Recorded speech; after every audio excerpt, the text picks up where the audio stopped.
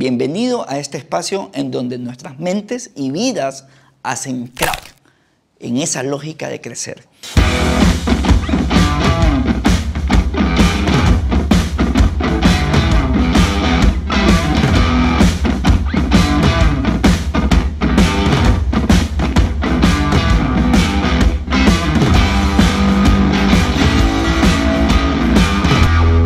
Oye, qué linda e inspiradora historia la que acabo de vivir con Lea. Es realmente motivador saber y encontrar una persona que es valiente. Y cuando me refiero a valiente, me refiero a estar muerta de miedo, con mucha incertidumbre y aún así dar el paso. Fíjate esto, ¿no? Esta reflexión y esta historia tan linda de pensar en un modelo exitoso como normalmente lo concebimos empresarialmente, y al mismo tiempo cuestionarte si ese éxito está pagando una factura emocional. En su caso, decidió regresar a verse a ella más que mostrarse ante otros, ponerse en primer lugar y con eso enseñarnos el poder de la coherencia en nuestras vidas. Lea. Hola. ¿Cómo se pronuncia tu apellido? Raka, si quieres decirlo en francés. Y Raka, si quieres decirlo en español. Raka. Sí. Ya, lo vamos a dejar en Raka. Sí. Oye, gracias por estar acá. Esta es una segunda temporada que básicamente nos la planteamos pensando en este chico, en esta chica que seguramente siente que está estancado, estancada. Como que estás perdido, quieres hacer algo, a ver qué mismo pasa, solo que no te atreves. Y te invitamos y gracias por recibir la invitación porque yo siento que tu historia es maravillosa en el sentido, yo disfruto intentándolo y así que quiero ir contigo a tu infancia. ¿Eres de París? No, soy del suroeste de Francia, el País Vasco, en la costa. Ya. Entonces es océano Atlántico y montañas de los Pirineos. Entonces en verano playa y en invierno estaciones de esquí. ¿Y qué tal el esquí? Me encanta. Sí, Sí, eso lo extraño. ¿Y la playa? La playa también son maravillosas. Sí. Oye, ¿y cómo eras de chiquita? De chiquita yo intenté, creo, toda mi niñez ser la niña perfecta. Yeah. Siempre como seguir las reglas, tener buenas notas, vestirme bien, Yeah. Que mis papás estén felices de quién era. Y creo que eso fue mucha presión que tuve desde pequeña, que creo que yo misma me ponía, porque mis papás eran estrictos, pero tampoco es que eran monstruos. ¿Y la presión por qué? Por siempre complacer a los demás. Creo que en la cultura francesa te enseñan mucho en pensar primero en los demás antes de pensar en ti. Ay, qué lindo. Entonces siempre pensar en los demás, no hacer mucho ruido para no molestar al vecino, no hacer mucho, no sé, no brillar mucho para no hacer sombra a las demás. Entonces desde la niñez te enseñan eso de ser como, no salir del marco. ¿Y qué querías ser de grande? Buena pregunta. Cuando me preguntabas cuando era pequeña, yo siempre decía profesiones nada que ver, o sea, cosas súper así estrictas como notario o como así, cosas súper administrativas que no tienen nada de chispa. Yeah. Y durante mucho tiempo yo decía eso porque me gustaba mucho la escuela, estudiar, entonces yo quería hacer estudios largos y no me preguntaba por qué quería hacer yo, sino que qué estaría bien hacer, o sea, cuál sería lo mejor para que yo me vea como exitosa, pero no Yeah. pensando realmente en mis gustos. Ok. Es un poco... ¿Y en qué momento empiezas a pensar en tus gustos? Recién, creo. Sí, recién, porque mis estudios, yo estudié en una escuela de comercio, Ya. que en Francia es como una mezcla de administración de empresas, negocios internacionales, marketing, combinado en uno.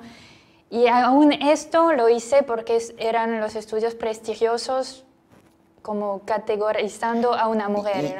Y era como el estándar, ¿no? Ajá. Entonces el modelo exitoso es tener las mejores calificaciones en la escuela, en el colegio, seguramente acceder Sí.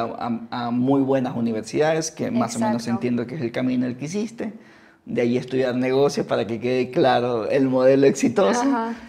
Ok, y hasta ahí todo iba perfecto, entre comillas. Sí, sí, sí. Sí. Me gradué ¿Y y qué creé pasó? un negocio. ¿Y qué pasó entonces? ¿Resuelves dejar Francia y la realidad francesa para viajar a Ecuador?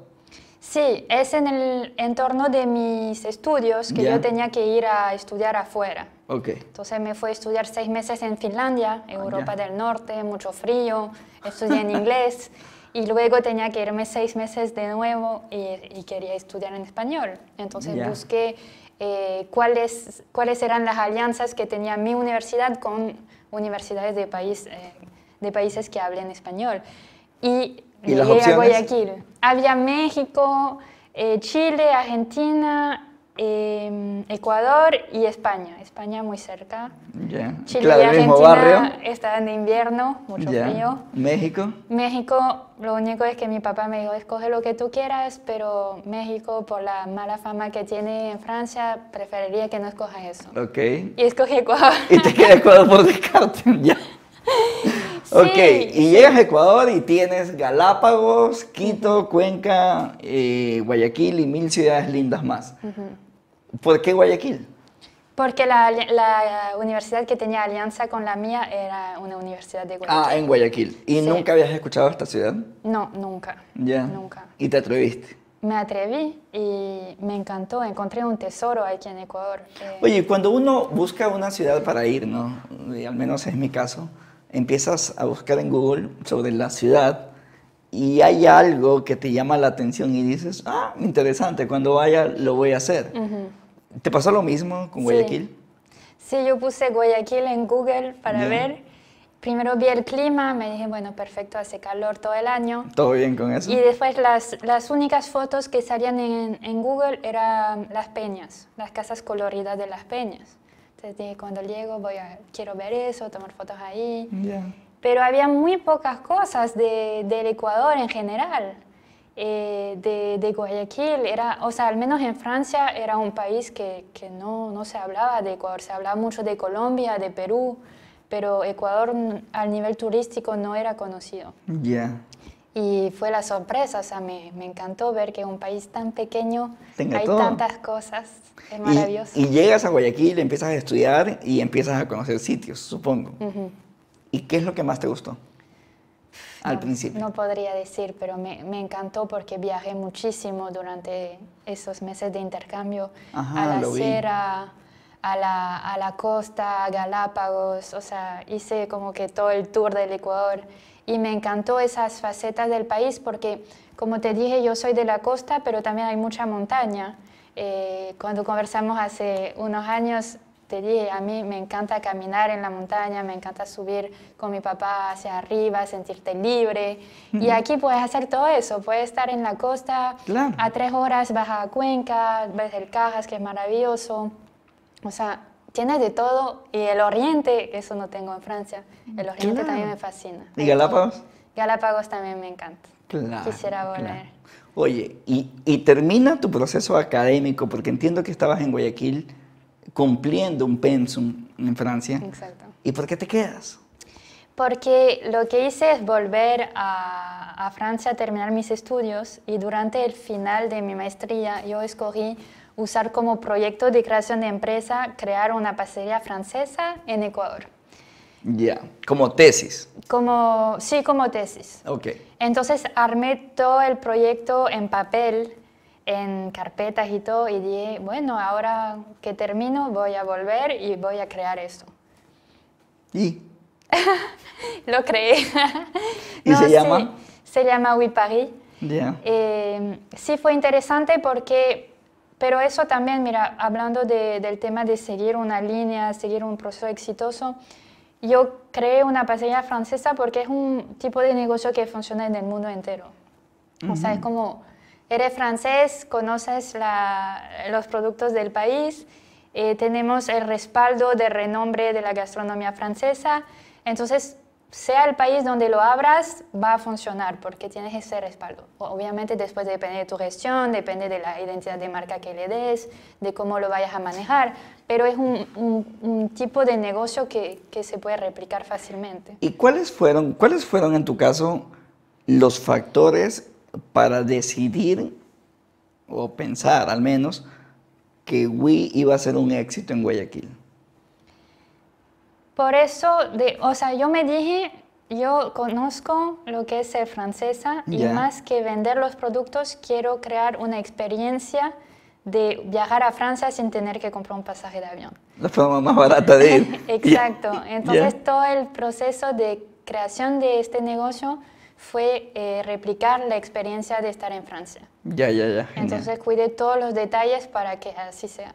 Y quiero entrar en la parte empresarial. ¿Qué tan difícil es o qué diferencia viste entre abrir un negocio en el Ecuador con todas sus particularidades? Es difícil hacer las cosas de manera correcta en Ecuador. ¿Por qué? Y eso ha sido, creo, para mí lo más difícil porque todo es lento. En Francia también la parte administrativa es lentísima, entonces hay muchas cosas en las cuales Ecuador hasta está mejor que en Francia, en la parte administrativa.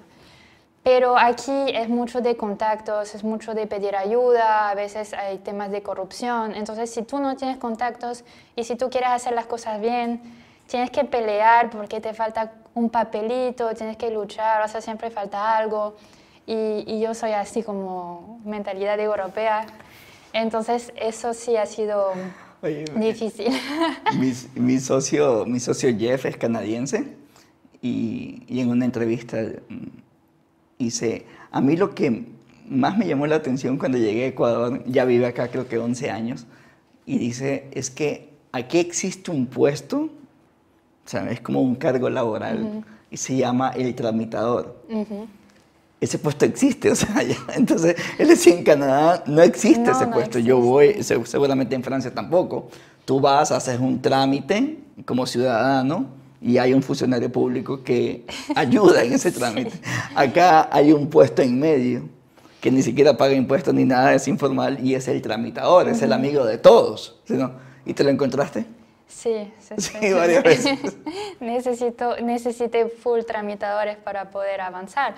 Pero eso, por ejemplo, es una de las cosas, y creo que está mejorando últimamente, pero en el 2013, cuando yo llegué de intercambio, en el 2016, cuando llegué a crear mi negocio, no encontrabas información en Internet.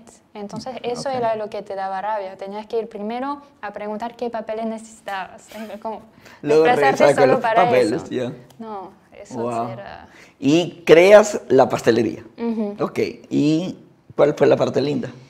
Fue lindo porque ahí probé lo que era la libertad de crear exactamente lo que tú quieras. Si quieres un color azul marino tal oscuro, tú eres la única que puede escogerlo. Yo era la única socia, la única dueña. O sea, esa parte me encantó, de crear exactamente lo que tenía en la cabeza, plasmarlo en la vida real y hacer ese proyecto realidad. Además, escogí un modelo de negocio diferente, no era una pastelería con un local comercial, sino que era 100% en línea. Entonces, tuve que desarrollar con una agencia un e-shop, entonces para poder personalizar los productos en línea, para poder escoger la fecha y la hora de entrega, o sea, era como un trabajo novedoso para el Ecuador, que en ese entonces todavía no había Globo, no había Rappi, no había esas cosas de delivery. Entonces era como nuevo. Sí. ¿Y funcionó? Funcionó, sí, funcionó. ¿Y cuál es la otra parte linda? Mi sueño era crear empleos, entonces ese sueño lo cumplí. Me gustó compartir con personas de acá, poder transmitir, poder enseñar un poco la parte más de disciplina y orden que tenemos quizá en Francia y poder trasladar eso al equipo y avanzar como equipo. ¿Y tú no habías estudiado temas vinculados a la cocina, no? No, para nada. ¿Y entonces cómo salieron? ¿Cómo se desarrollaban los productos? La parte de producción tuve que delegarla con pasteleros. Ok. Sí. ¿Y el concepto general era tuyo y el modelo de negocios y todo? Exacto. Yo estaba más en la parte administrativa, marketing, branding, contenido, para poder como que... Porque cuando no tienes un local comercial, tu presencia es 100% digital, necesitas crear como una persona, como algo... Yo me acuerdo cuando estaba buscando, no sé qué estaba buscando, ya, y básicamente llegó el arte tuyo a mi celular y me gustó mucho la imagen, colores y todo, y me metí a ver qué era, y luego me sorprendí que estaba en Guayaquil, y luego me di cuenta que no había una tienda física, y luego llegó un momento que yo iba a comprar unas galletas o unos recuerdos, entonces me acordé y la pedí, y la verdad que la atención personalizada en WhatsApp y todo, y me parecía mágico que esté pidiéndolo sin levantarme de la cama, y bueno, eventualmente llegó, e incluso llegó, y esta fue la parte que a mí me sorprendió muchísimo, yo había pedido unas magdalenas, habrán sido unas galletas, y hay una frase que yo digo, y tú la sabes en las conferencias, si el reto no te hace temblar las piernas, quizás no es lo suficientemente grande para ti. Y la caja llega con la frase en cada galleta, entonces me parecía como que wow, Sí. ¿y cómo es el proceso? Y yo lo que dije es, espérate un ratito, o sea, cada persona que pide van a averiguar su vida y muestran un detalle o qué mismo pasó. No, sí, en general siempre lo que yo busqué es conectar con los clientes. Y Por lo eso conseguiste, ajá. tenemos una comunidad que no son clientes, sino que es una comunidad de personas que les gusta la marca, les gusta compartir de Francia, a veces nos mandan fotos de sus viajes, o, sí, cosas que no tienen nada que ver con la pastelería, pero hay ese compartir. Entonces, desde el inicio, en tema de marketing, pero también de algo que es importante para mí, era crear esos puntos de contacto diferentes. Entonces, en tu caso, yo había ido justamente a la conferencia del lanzamiento de tu documental. Yeah. Entonces, había visto esa conferencia donde decías la frase. Y cuando mi asistente puso en la lista de entregas del día tu nombre, dije, no, ese pedido no puede salir sin esas galletas con esta frase. Entonces, eso también intentaba compartirlo al equipo, que si ellos veían algo que podía ser un toque final, un bonus para el cliente, que lo hagan sin problema. Y era súper lindo, súper Sí, lindo. Yo vi eso y dije, wow, claro, qué chévere. Sí, y porque así creas también interacciones por Instagram, por redes digitales, para que la gente comparta, para que les haga como un shock, una chispa para la marca. Oye, ¿por qué cerraste? Cerré porque no es el tipo de vida que quiero. Me acerco a los 30 y me dije, no quiero una vida a 100 por hora, no quiero estar así estresada, preocupada todo el tiempo. Creo que empecé con un negocio complejo. El tema de alimentos es algo súper complejo, todos los negocios tienen sus retos, pero los negocios de alimentos tienen el tema de la higiene, de las cosas perecibles, del transporte, de la logística, que si transportas papeles o otras cosas no tienes. Entonces estar en ese mood estresado todo el tiempo me hizo mucho daño y no es lo que quería. Trabajar de lunes a domingo todo el año, en feriados, vacaciones, no iba conmigo. Y fíjate que es como una contradicción, no sé si la palabra es esa. Hay toda esta ola de emprendimiento, ¿no? Todos queremos emprender y arrancar y todo, y al mismo tiempo no queremos meterla al 100, comprometernos completamente o lo que sea, ¿no? Entonces, ¿cómo manejar ese balance entre lo que hablabas tú? Lo que más me encantaba era mi libertad y lo que más odiaba era mi esclavitud en el mismo sitio. Está bien resumido. Sí, yo creo que hay que dejar de idealizar el papel de emprendedor. Está bien lo que vemos en las revistas, en las entrevistas, está bien ver casos exitosos porque hay. Y en mi caso hubieras podido categorizarlo como caso exitoso. Pero en tema de salud mental y en tema de balance emocional y personal, no es un éxito.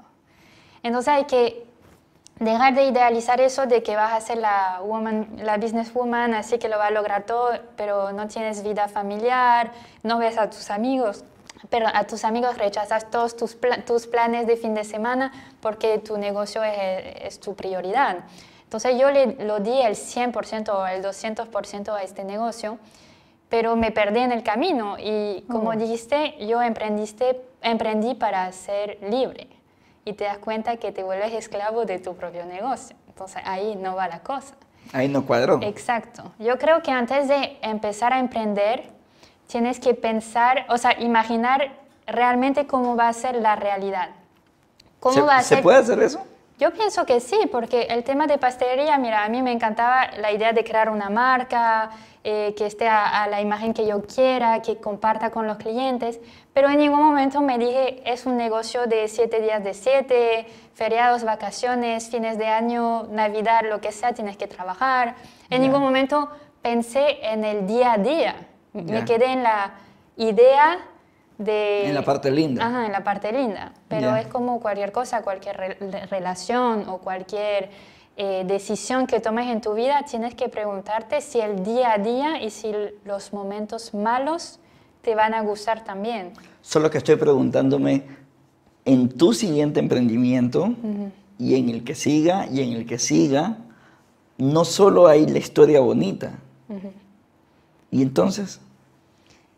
Hay que hacer como un deal contigo mismo de qué estoy dispuesto a aceptar y qué no estoy dispuesto a poner en juego. Claro. Y en este tema es el tema de la salud mental. ¿Y cuándo supiste que no era el camino? Hace tiempo, creo que el negocio tiene 5 años y creo que ya hace como 2 o 3 años que yo ya quería salirme de esto, pero por el orgullo, por el ego, porque estaba en crecimiento, estaba funcionando, no había razón financiera de decir para stop. Abandonarlo, Era una razón personal, pero hay un momento en que te dices, no, ya no doy más, ya no quiero esto. ¿Cuándo? Cuando me diagnostican una depresión y trastorno de ansiedad, tuve que empezar a tomar tratamiento médico, sigo en tratamiento. Entonces, antes de eso tenía problemas físicos, de cosas que me he enfermado y no escuchaba las señales. Entonces, lo que podemos llamar como un burnout, en que primero no escuchas lo que te dice tu cuerpo y después se enferma la mente, enferma tu cuerpo y después ya te quedas en la nada. Y también reconozco mucho esa valentía tuya en verlo, en identificarlo, en aceptarlo. A veces está muy claro, y lo decías, ¿no? Estoy quemada y está muy claro y quizás empiezo a ver solo lo que quiero ver. Al final uno crea su realidad, ¿no? Exacto. En función a lo que pensamos. Y muchas veces nos pasa que no nos damos la oportunidad de verlo quizás más integral, solo lo que nos conviene, entre comillas, y a eso nos aferramos y eso justifica toda esta parte oscura. Hasta que en algún rato, y ojalá sea un tiempo adecuado para poder tomar medidas. Exacto. Y salir de ese hueco, que entiendo que es lo que yo creo que nos resolviste. aferramos mucho a lo que nosotros queremos mostrar. O sea, como soy exitoso, entonces no puedo rendirme, o he logrado algo, entonces no puedo mostrarme vulnerable. Cuando según yo, y recién, o sea, según yo, la real valentía es mostrarte tal como eres, porque nadie está arriba todo el tiempo. O sea, tienes que mostrar que eres una persona real. Entonces, el emprendedor es igual. No, y fíjate que me quedo pensando en lo que dices, porque toda nuestra energía va hacia afuera y nos enfocamos mucho en mostrar, y quizás el camino está hacia adentro, ¿no? En mostrarnos, o sea, en qué momento hace crack tu vida y dices, no va por aquí, no es hacia allá, es hacia acá. Y se requiere valentía. Sí, sabes que lo que te decía al inicio es un tema de desde la niñez te enseñan como a complacer a los demás. Y creo que hay un momento en que, bueno, yo sufrí mucho, una depresión no es algo fácil. Y hay un momento en que llegas y te dices, pero ¿por qué estoy sufriendo por los demás? ¿O por qué estoy siguiendo un tipo de cosas, un tipo de negocio que no me hace feliz por el que dirán. O sea, no tiene sentido. Una vida tiene que ser feliz, tiene que tener sentido. Entonces, ahí empiezas como que a buscar hacia adentro, como dijiste, y empiezas a preguntarte lo que a ti te conviene, lo que a ti te gusta, lo que para ti tiene sentido. ¿Y sin cómo sabes pensar en eso? los demás. No lo sabes de un día para otro, Ya. ese es el reto. Simplemente arrancas el viaje hacia adentro. Sí, yo creo que es paso a paso, decisión tras decisión, Ajá. y poco a poco, o sea, al menos yo sentí que iba fluyendo, porque empiezas como cuando un carro está desalineado, Ajá. es como que después te lo arreglan y sientes que estás en el buen camino. Ok. Y eso me pasó un poco porque he cerrado el negocio hace un mes y estoy mucho mejor que he estado en los 3 últimos años. Wow. Entonces es como cuando empiezas a escucharte y cuando ya no importa lo que dicen los demás, igual sin hacer daño a nadie, obviamente, pero poniéndote a ti primero, ya te realineas. Oye, ¿cómo es ese viaje hacia adentro? Yo te cuento, tuve un proceso de acompañamiento psicológico. Me habrá tomado 2 años, 2 años y medio quizás. Y hoy que lo veo hacia atrás, un viaje maravilloso, maravilloso, porque por lo general uno va al doctor cuando está enfermo, ¿no? Sí. Entonces, me duele esto, voy a buscar una solución. Solo que en psicología no te duele nada, porque la forma como ves el mundo, esa es tu normalidad. Los psicólogos llaman los mapas perceptuales, ¿ok? Entonces, tu mapa es diferente al mío, porque somos diferentes, tenemos experiencias diferentes, prejuicios diferentes y un poco de cosas diferentes. Entonces, es normal que la forma como tú veas el mundo es diferente a la mía. Entonces, como lo mío es normal, ¿por qué yo debería ir a buscar ayuda? Sí. No cuadra en esa lógica, ¿no? Y cuando terminas un proceso psicológico y lo ves hacia atrás, dices, wow, cuántas limitaciones tuve en mi vida, cuántos autobloqueos, sabotajes internos, y por eso pasó esto en mi vida, ¿no? Y tú dices, impresionante la capacidad que tiene el cerebro de moldearse en función de la persona que te quieres construir. Exacto. Y en ese rato dejas de andar echándole la culpa a todo el mundo. Porque dices, ok, yo quiero ser una persona así, así y así, y tus pensamientos van alineados hacia allí, porque tu atención va justamente en donde está tu energía. Y creo que ese es el viaje el que te está pasando ahora mismo, ¿no? Sí, es algo que empezó ya hace bastante tiempo, porque como dices, es algo que se demora. Sí. Entonces, en mi caso, de lo que hablas, en mi caso empecé a leer bastante de Séneca, del estoicismo, del tema de responsabilidad, no como quién es el culpable, sino que cómo respondes, responsabilidad, cómo respondes a los hechos que te llegan a ti. Entonces, sin estar en el papel de víctima, sino que sálvate a ti mismo. Es como, Sí, hazte cargo de ti. Exacto. Entonces esos temas empiezas a salir de ser quizás la llorona o que todo ser pasivo, que las cosas te caen encima en lugar de verte como tú capitán de tu barco. Y eso es algo que fue importante para mí. Después la meditación, el yoga, reprogramar mi diálogo interior, como cuando te hablas mal, autocorregirte en tu mente, decirte no te trates así, o no eres fea, o no eres tonta, solo estás cansada, aprendiendo. solo estás aprendiendo. Y estas cositas, es un trabajo largo, no es de un día para otro, pero esas cositas al final ves que hay un cambio en tu manera de percibir las cosas. Y también es comprensible, fíjate, el cerebro, o sea, nos hacemos mejores en lo que más practicamos. Es el concepto, ¿no? Entonces, lamentablemente vivimos en cultura de pobreza y en cultura de maltrato. Y entonces somos muy buenos maltratándonos aunque no nos damos cuenta. De hecho, hasta le llamamos chiste a ciertas formas de maltrato. Y somos muy malos, por falta de práctica quizás, en aplaudirnos.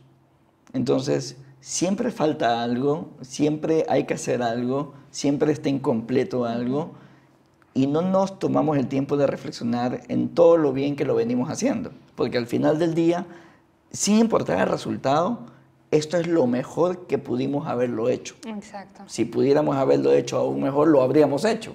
Solo que esto, con lo que hay, es lo mejor que pudimos haber hecho. Eso valdría la pena aplaudirlo y no tanto ponernos en una carencia innecesaria de que, ay, si hubiésemos hecho esto, ya pasó. Y esa forma en la que te hablas, como tú lo dices, es una forma linda porque es una forma de convertir tus palabras en bálsamo para tu propia vida.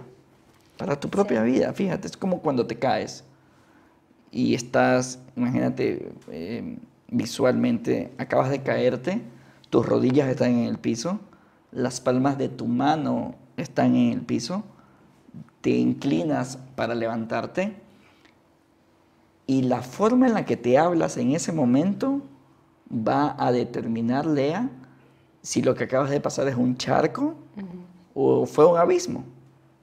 Es en ese momento, la forma como te hablas es la que va a definir si fue un abismo o fue un charco. Exacto. Es lo que tú dices, ¿no? Exacto, y ahí hablas de caerte físicamente, pero tantos son los fracasos o sea, las etapas, los aprendizajes que vemos como fracasos. Eso es lo que es dañino. El tema de estar siempre en el futuro y no apreciar el proceso. ¿Y hoy en qué andas?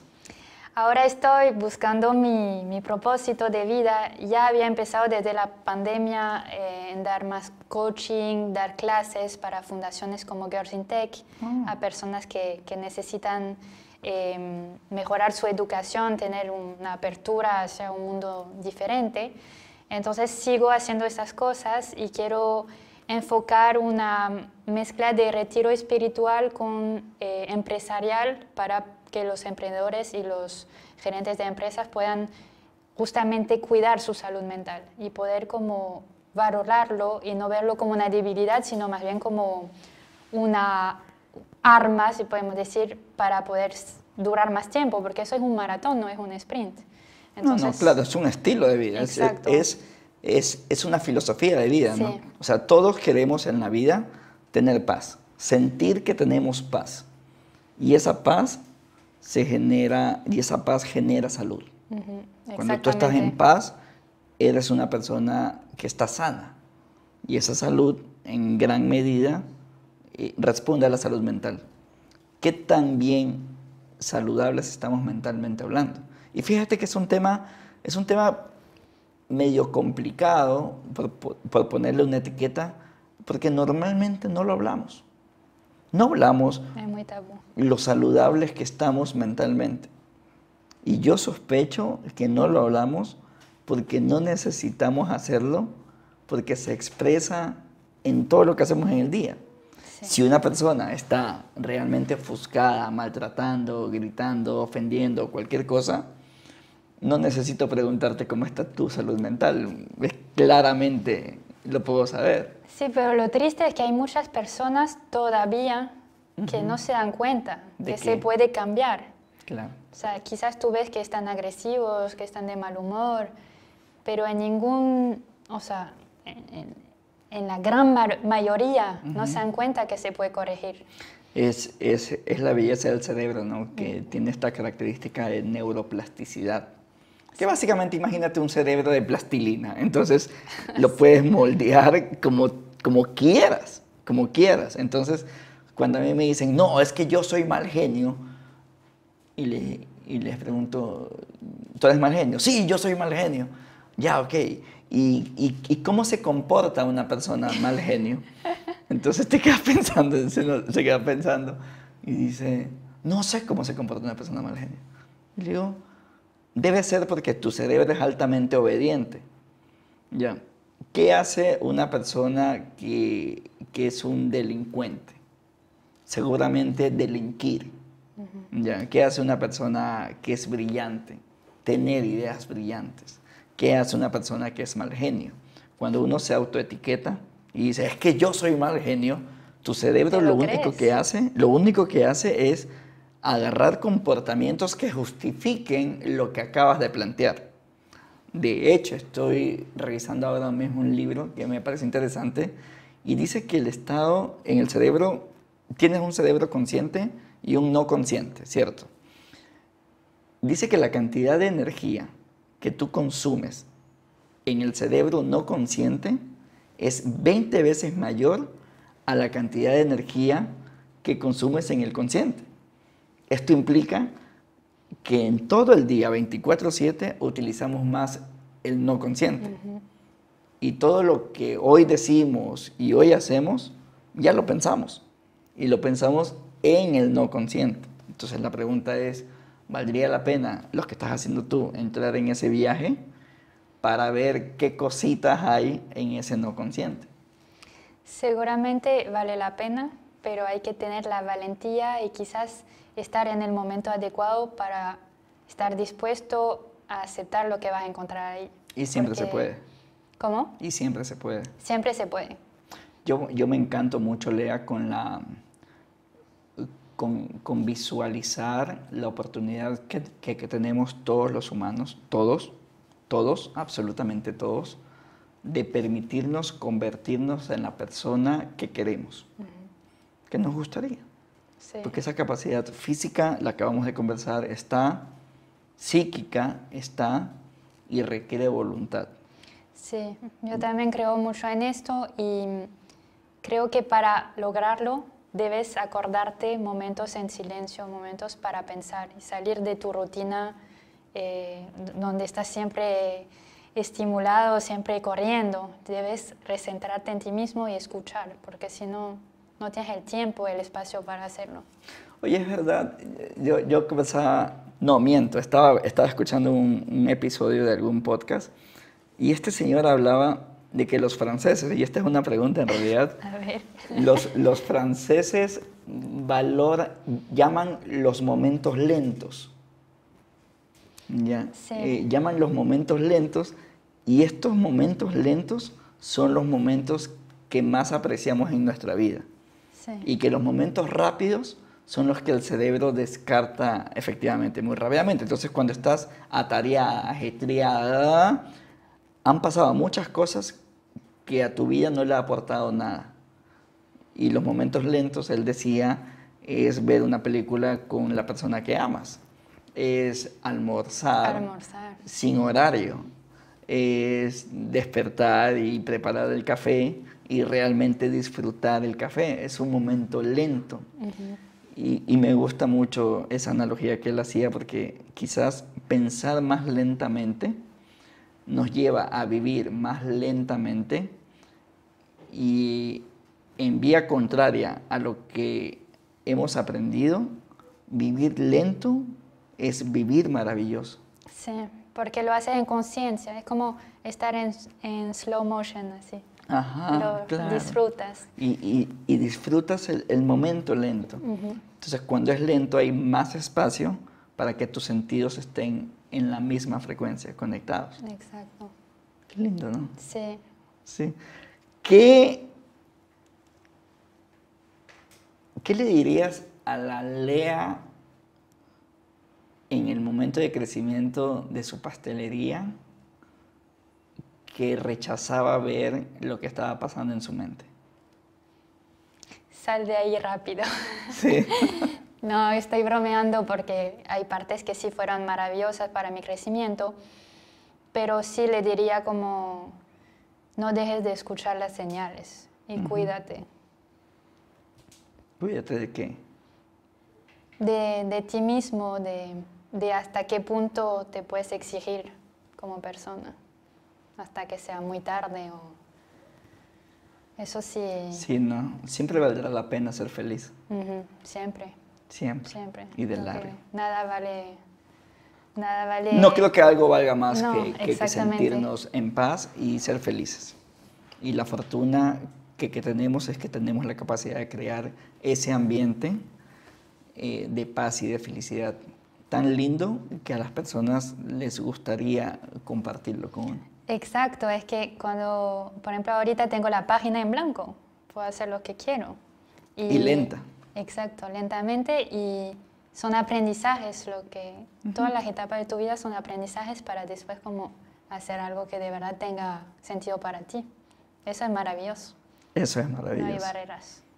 Oye, muchísimas gracias. Gracias por tu tiempo, una conversación muy linda. Y espero que quien haya escuchado tenga la misma reflexión quizás nuestra, que no hay cosa más importante que nuestra propia paz, que nuestra propia felicidad, y que todos queremos estar en un entorno de paz. Y así como queremos estar en un entorno de paz, también tenemos la capacidad de crear entornos de paz para las personas que son significativas en nuestra vida. Sí, depende de nosotros crear nuestra vida a la medida. Exactamente. Muchísimas gracias, Lea. Gracias a ti, Millán. Les mandamos un abrazote y gracias por tomarse el tiempo de reflexionar junto a nosotros.